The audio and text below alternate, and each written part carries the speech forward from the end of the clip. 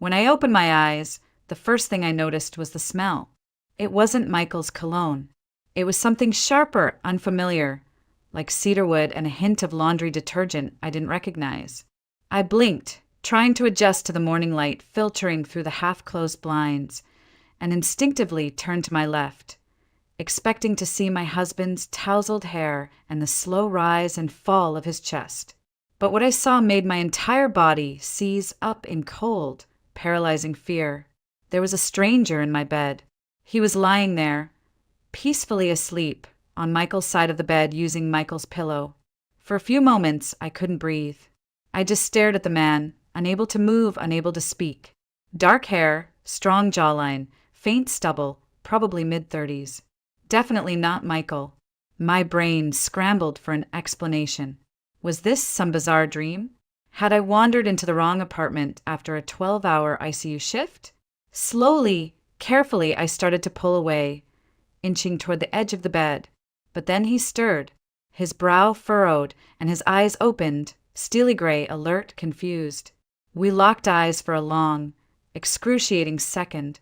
"Who are you?" he asked, voice raspy from sleep, but not aggressive.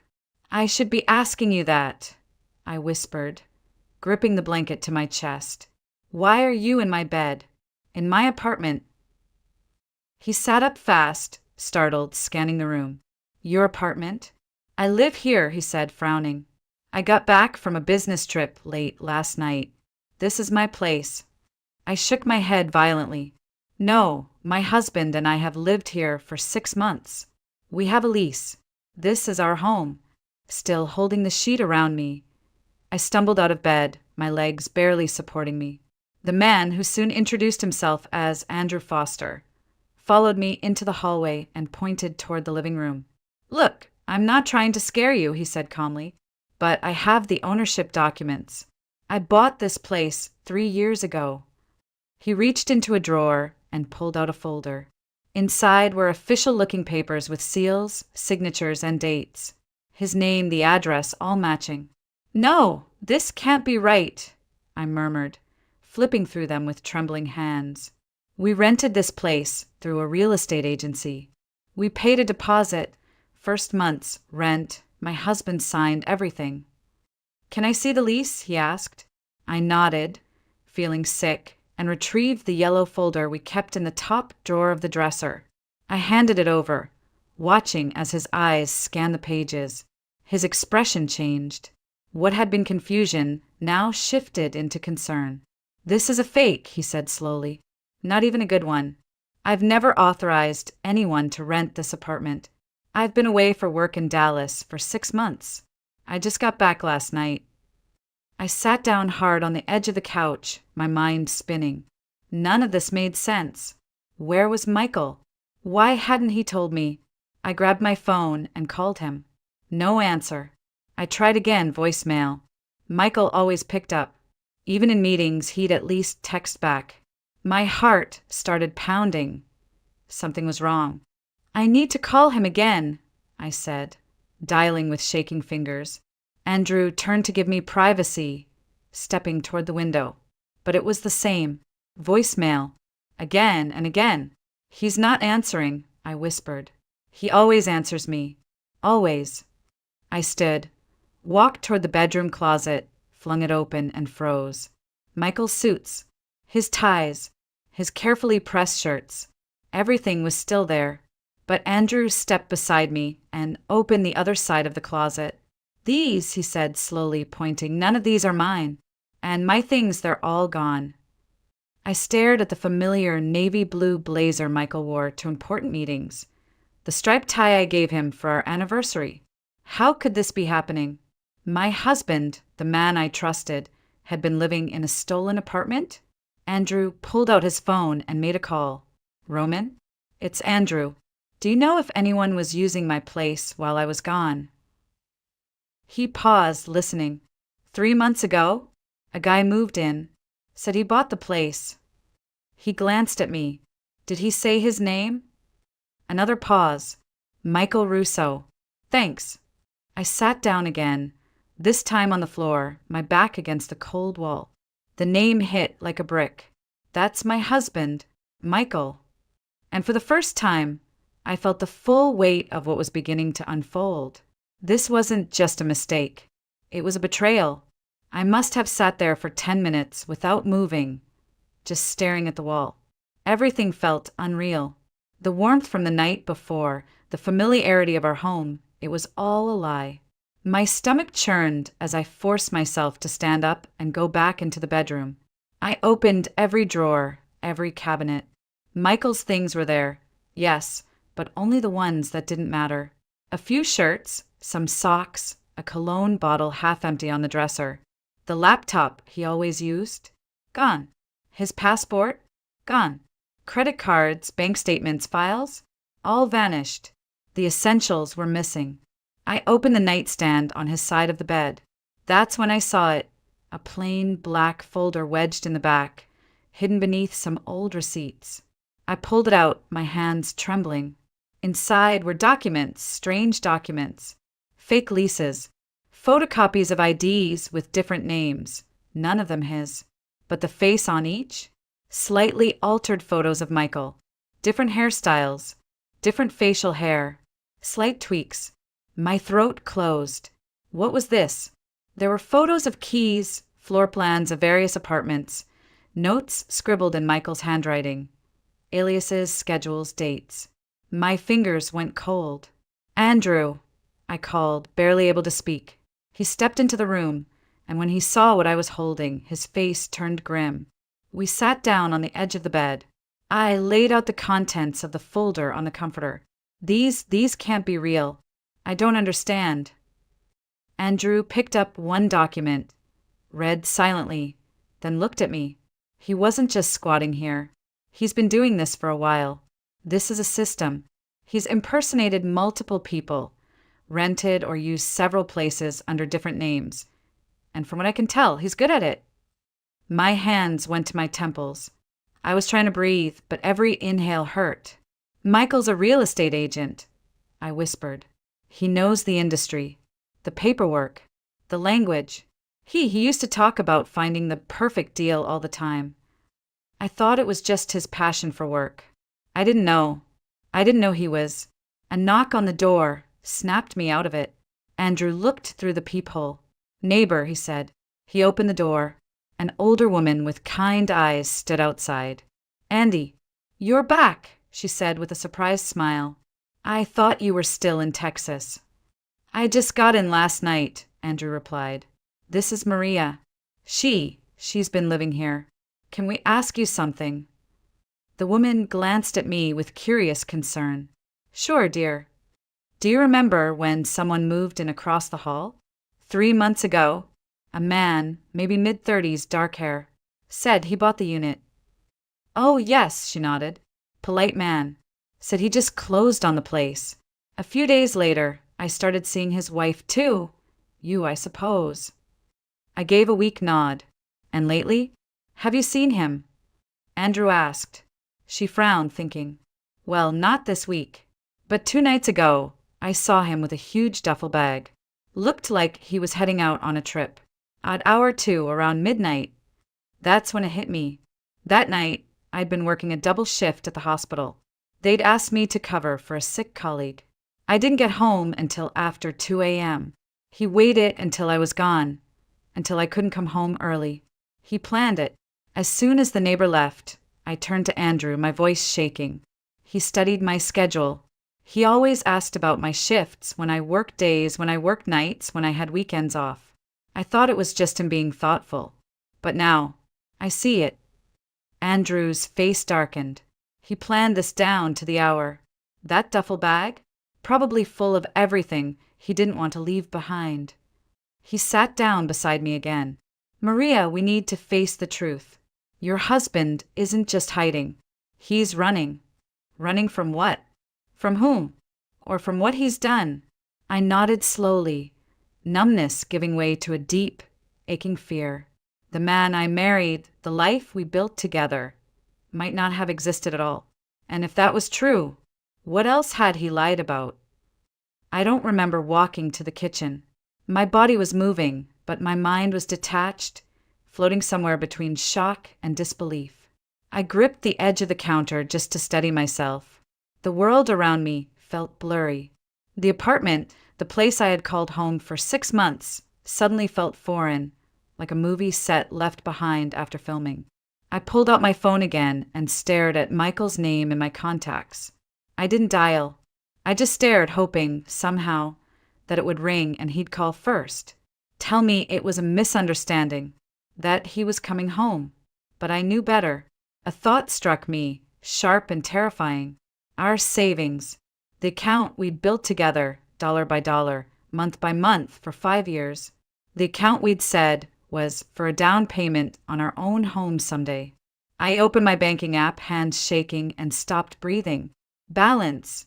$0. I blinked. Looked again. There had to be a mistake. I scrolled down to view the transaction history. 3 days ago, a full withdrawal. Every last cent gone. I clutched the phone to my chest, feeling the blood drain from my face. My knees buckled, and I dropped onto the floor. He took everything, I whispered. He drained our account. Andrew crouched beside me. How much? He asked gently. I could barely get the words out. $200,000. It was our entire savings, he sat back, jaw clenched.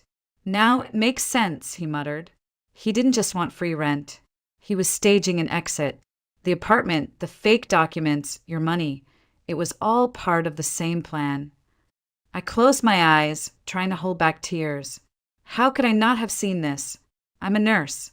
I'm trained to notice changes in behavior, signs of distress. I work in trauma care, for God's sake. And I didn't notice the man I lived with for 5 years was lying to my face. Andrew didn't answer right away. Instead, he handed me a glass of water. We all have blind spots when it comes to the people we love, he said softly. You weren't ignoring red flags. You trusted him. That's not a weakness. That's what love is supposed to be. But it didn't feel like love anymore. It felt like I had been living in a beautifully painted illusion, crafted by a master manipulator. I need to go to the police, I said, my voice steadier now. I don't even know what I'll tell them, but I can't just sit here. He stole from you. He stole from me. He's probably done this to others. Andrew nodded. I'll go with you. We got to the police station just before noon. The place smelled like old coffee and cheap cologne. The front desk officer gave us a tired glance and asked us to wait. I sat on one of the hard chairs against the wall. Fingers knotted together so tightly they hurt. I felt like a criminal just being there, even though I was the one who'd been robbed. A few minutes later, a woman in plain clothes approached us. Mid-40s, sharp eyes, firm voice. Detective Carla Bennett, she introduced herself. I handle financial and property fraud. I understand you want to file a report. I nodded and followed her into a small, cluttered office. The blinds were closed. There were wanted posters on the wall and a faint humming from a desktop fan. She turned on a recorder and gestured for me to begin. Take your time, she said. Start from the beginning. So I did. I told her everything, from how I met Michael at the cafe by the hospital, how we moved in together, how we'd been married for 5 years, how he brought me to this apartment and said it was a great deal through a friend in real estate, how I'd trusted him with everything. When I finished, she leaned back in her chair. This isn't the first time I've heard something like this, she said. But your case, it's unusually well executed. Whoever this man really is, he's not working alone. These kinds of schemes often involve multiple people. One finds the vacant property. Another handles document forgeries. Someone else lures the target. I was the target, I whispered. I was just convenient. She didn't argue. Andrew pulled out his phone and showed her the photos of the fake leases, the IDs, the notes. Her brows drew together. These look professional. You're lucky you found them. I didn't feel lucky. I felt hollow. Detective Bennett looked me straight in the eye. Right now, all the evidence suggests you're a victim, but we'll still need to verify everything. Interviews, signatures, financial records. This won't be over quickly. I nodded. I just want the truth. She paused. He might contact you again. If he does, let us know immediately. Do not engage. As we left the station, I felt a strange calm settle over me. Not peace, but clarity. The kind that comes after a storm has torn everything apart and left you standing among the ruins, forced to look at what's left. And what was left was me. I was still processing everything we'd told the detective when my phone buzzed. Unknown number. Chicago area code. For a brief second, I froze. Then my thumb hovered over the screen, and I picked up. Maria! The voice said, calm and steady, too calm. It's me. Michael. His voice sent a chill through me, not because it was unfamiliar, but because it sounded normal, as if none of this had happened, as if he hadn't just vanished and stolen our life savings and left me sleeping in a stranger's home. Where are you? I snapped, pacing the sidewalk in front of the station. What the hell is going on, Michael? Why aren't you home? Why haven't you answered your phone? I had to leave, okay? Something came up. A work issue. I didn't mean to worry you. Stop lying to me, I hissed. The real owner of the apartment came back. We've discovered everything. The lease? Fake. The money? Gone. Your job? You quit a month ago. So don't insult me by pretending nothing happened. There was silence on the other end. A long one. Then, finally, I can explain, Maria, but not over the phone. Just don't do anything stupid, okay? Don't talk to anyone. Don't go to the police. I'll fix it. I'll be home soon. He said it like a promise, like he still had the right to make promises to me. Don't go to the police? I repeated, Are you serious? That's the first thing I did. His voice shifted. The warmth evaporated. Maria, he said lower now. Firmer. I mean it. You don't know what you're doing. You don't know who you're dealing with.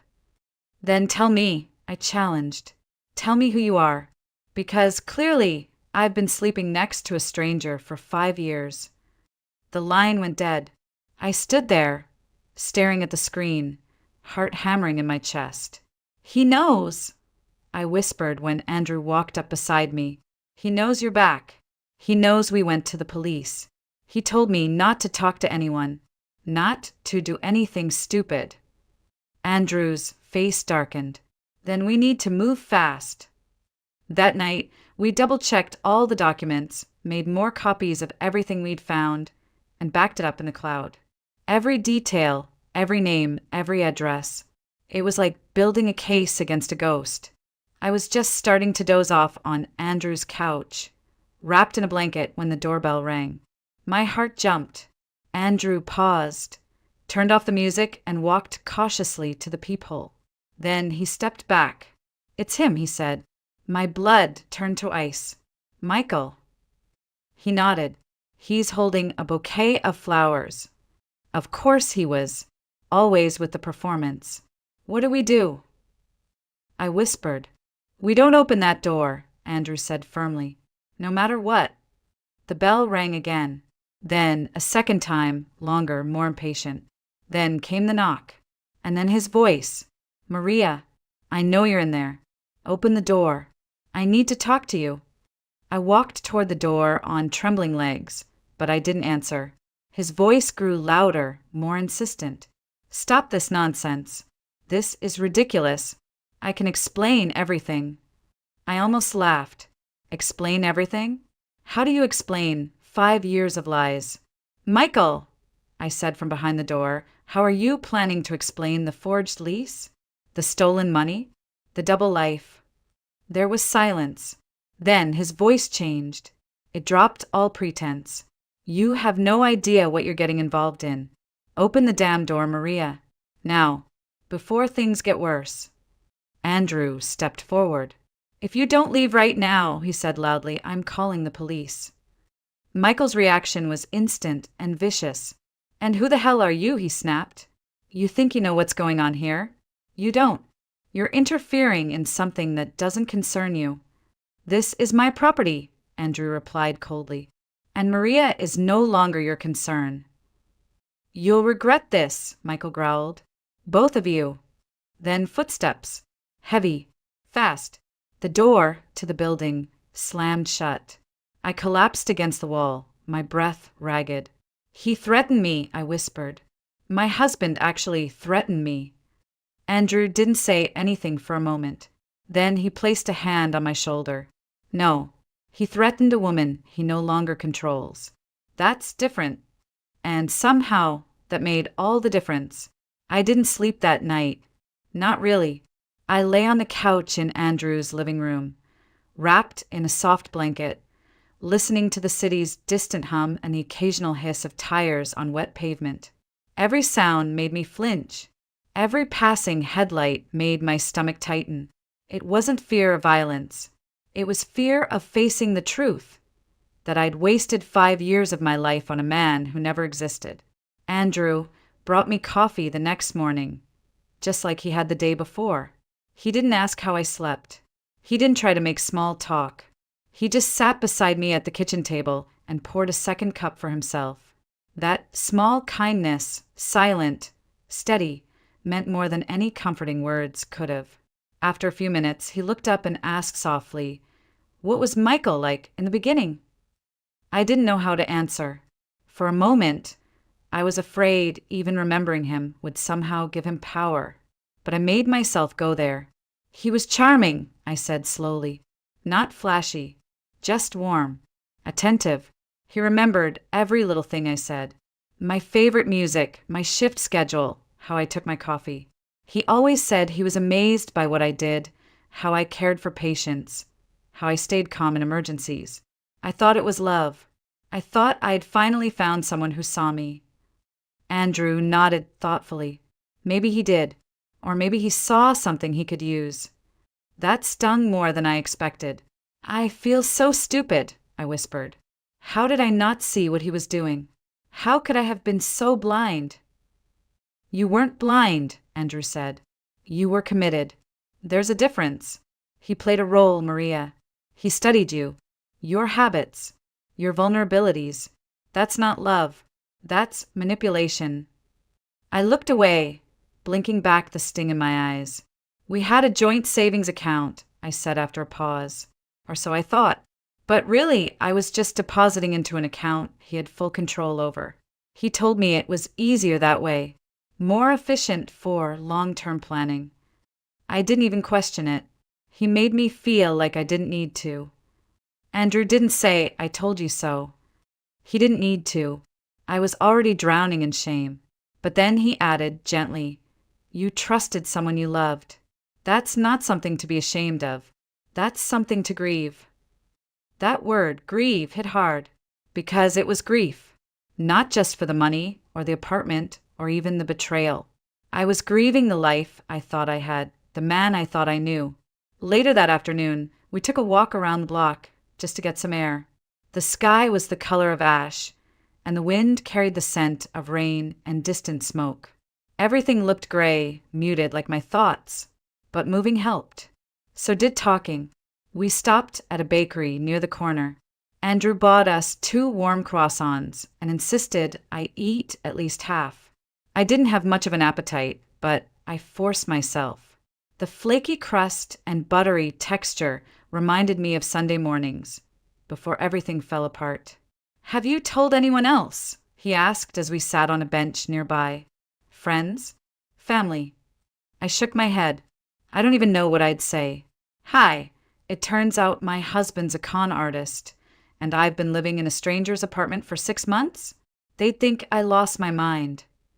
"Maybe," he said with a small smile, "or maybe they'd think you're a survivor." That word settled in my chest like a slow ember. Survivor. Not victim. Not fool. Not wife of a fraud. Survivor. That night, as I helped Andrew prep dinner, just pasta with marinara and some chopped spinach, I realized something strange. Despite everything, I didn't feel like I was intruding. I didn't feel like a guest. His home didn't feel like a place I was crashing in temporarily. It felt safe. After dinner, we sat with tea in the living room, soft jazz playing low in the background. For the first time in days, my body began to unclench. "Andrew," I said, turning toward him, "thank you for everything. You didn't have to help me. You could have just kicked me out and let me deal with it alone. I'm not that kind of person, he replied simply, and I don't think you should be alone right now. There was no hidden meaning in his voice, no expectation, just quiet understanding, and maybe something deeper waiting. But neither of us rushed it. Not tonight. For the first time since this nightmare began, I allowed myself to hope. Detective Bennett had told me 2 days earlier that the net was closing in. Michael's aliases had matched multiple open cases across state lines. One of her contacts at the FBI even mentioned surveillance footage showing him at another property in Denver. That night, I lay awake wondering, when cornered, would he vanish completely or come crawling back like a man with nowhere left to run? I saw him again 3 days later. I had just come back from the hospital after meeting with HR to file for an extended leave. The air outside was cold and sharp, biting through my coat, and all I could think about was getting upstairs and slipping into the warmth of Andrew's apartment. But when I reached the building's front steps, I saw him. Michael. He was sitting on the concrete steps like a man with nowhere left to go. His clothes were wrinkled, his face unshaven, eyes bloodshot. The confident smile he used to wear like armor was gone. In its place was something raw, almost pitiful. "Maria," he said, standing as soon as he saw me. "Thank God." I didn't say a word. I didn't have the strength to yell. I just stared at him. "I've been waiting here for hours," he said, voice cracking. "Please, we need to talk. I have nothing to say to you. Please, just 5 minutes." He looked around nervously, as if expecting someone else to show up. "I screwed up, okay? I made some bad decisions. But it wasn't about you. I didn't do this to hurt you. You stole our money," I said, my voice flat. "You forged a lease, pretended you owned that apartment, disappeared for days, and threatened me when I didn't open the door. So don't tell me it wasn't about me." He ran a hand through his hair. I didn't know how else to fix it. "I owe money, serious money. There are people, they're dangerous. I thought I could get ahead of it before things got worse." "How much?" He hesitated. $1.5 million. I blinked. The number felt surreal. I laughed once, short bitter. "So you ran an entire real estate scam to pay off gambling debts?" "I didn't mean for it to go this far," he said quickly. "It started small, just some bets, small loans. But then I couldn't stop. And when I saw the opportunity, the apartment, the access, I thought if I could just make it through one big score, I could pay them off and come back clean." I stepped back, shaking my head. "You used me. You used our marriage, my job, my income. You made me believe we were building a life together, and the whole time you were playing house while building a criminal operation behind my back."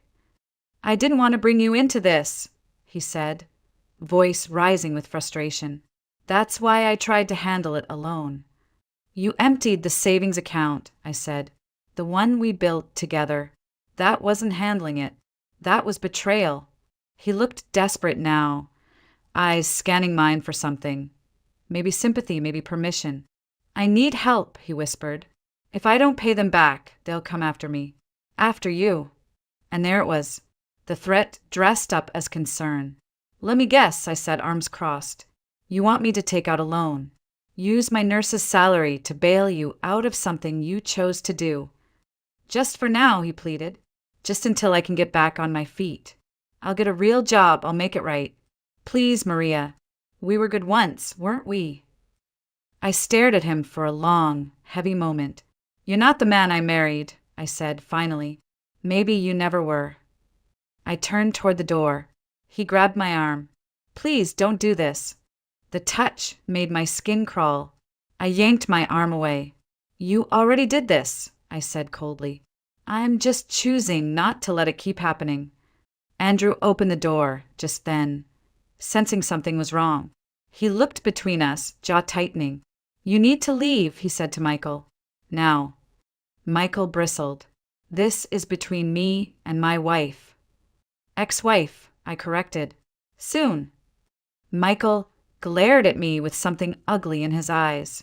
"You think he's going to save you?" He doesn't know what kind of danger you're in." "I'm not the one who invited danger into my life," I said. "You did, and I won't let it bleed into mine anymore." He stood there for a second longer, fists clenched, breathing hard. Then he turned and walked away, disappearing down the sidewalk like a shadow finally giving up the shape of a man. Back inside, I collapsed into a chair and buried my face in my hands. Did I do the right thing? I whispered. Andrew crouched in front of me. Yes, absolutely. But what if he's telling the truth? What if those people come looking for him, and for me? Then we go to the police again. We stay smart, and we don't give in to fear. I looked at him, at the calm in his face, the steadiness of his presence, and for the first time in a very long time, I didn't feel alone. 3 weeks later, I sat in the courtroom. Michael didn't look at me when they brought him in. His suit was wrinkled, his face gaunt. I watched as he kept his eyes fixed on the floor, hands folded tightly in front of him. He looked like a man unraveling. And in truth, that's exactly what he was. The investigation had moved quickly once Detective Bennett connected the dots. Turns out Michael had been running similar scams for years, always with different names, always in different cities. Chicago was just his latest stop. The apartment, the fake job, even our marriage, it had all been part of a long con, threaded through charm, forged documents, and stolen identities. I gave my testimony calmly, clearly. The judge listened. So did the DA. No one interrupted. When I finished, I stepped down, walked past the defendant's table, and didn't look back. After the hearing, I didn't feel victorious. I felt empty but lighter. The weight was shifting. Not gone, but shifting. That night, back at Andrew's apartment, the place I now called home, I made tea, curled up on the couch, and opened my laptop. For the first time in weeks, I wasn't checking bank statements or police emails. I was opening a blank document. I didn't know what I was writing yet. Maybe it was a journal. Maybe it was a letter to myself. Maybe it was the start of something entirely new. But the cursor blinked, waiting patiently, and I let the words come.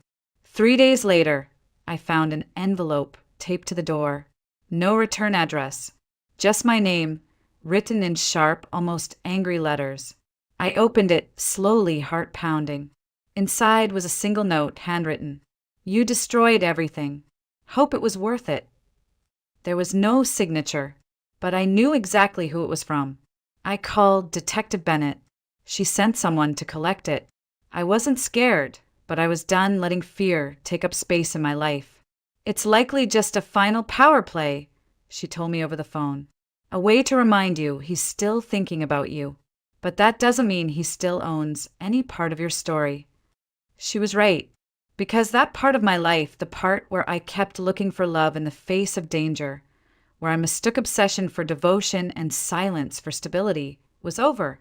I was no longer a woman who flinched at every doorbell or second-guessed her instincts or let someone else define her worth. I was building something new now. Not just a home, not just a career, a self. Andrew helped. Quietly, patiently. He never tried to rush anything, never tried to define what we were. Some days, we talked about nothing and laughed over coffee. Other days, I cried on his shoulder when the nightmares came back, and he held me like I deserved to be held. Not like a broken thing, but like something valuable. One morning, I woke up to the smell of pancakes. I followed it to the kitchen and found him flipping the last one, a towel slung over his shoulder, hair a mess. "You cook?" I asked, smiling despite myself. "Only under extreme emotional blackmail," he said with a grin. I sat down at the table, and he brought me a plate without asking how many I wanted. He just knew, and I realized maybe healing doesn't always come with a grand revelation.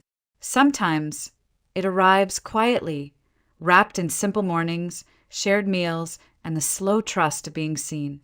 6 months later, I walked into my first class at the local community college. Psychology 101. I was applying for a second degree. Trauma therapy. I wanted to help people who'd been through what I had. I wanted to give them words for things that once felt unspeakable. and maybe someday help them write their own endings or beginnings. Sometimes the deepest betrayal doesn't come from enemies. It comes from those who once knew our morning routines, the shape of our silence, and how we take our coffee. And when the people we trust turn out to be illusions, it doesn't just break our hearts, it shakes the ground beneath our identity. But healing isn't about forgetting.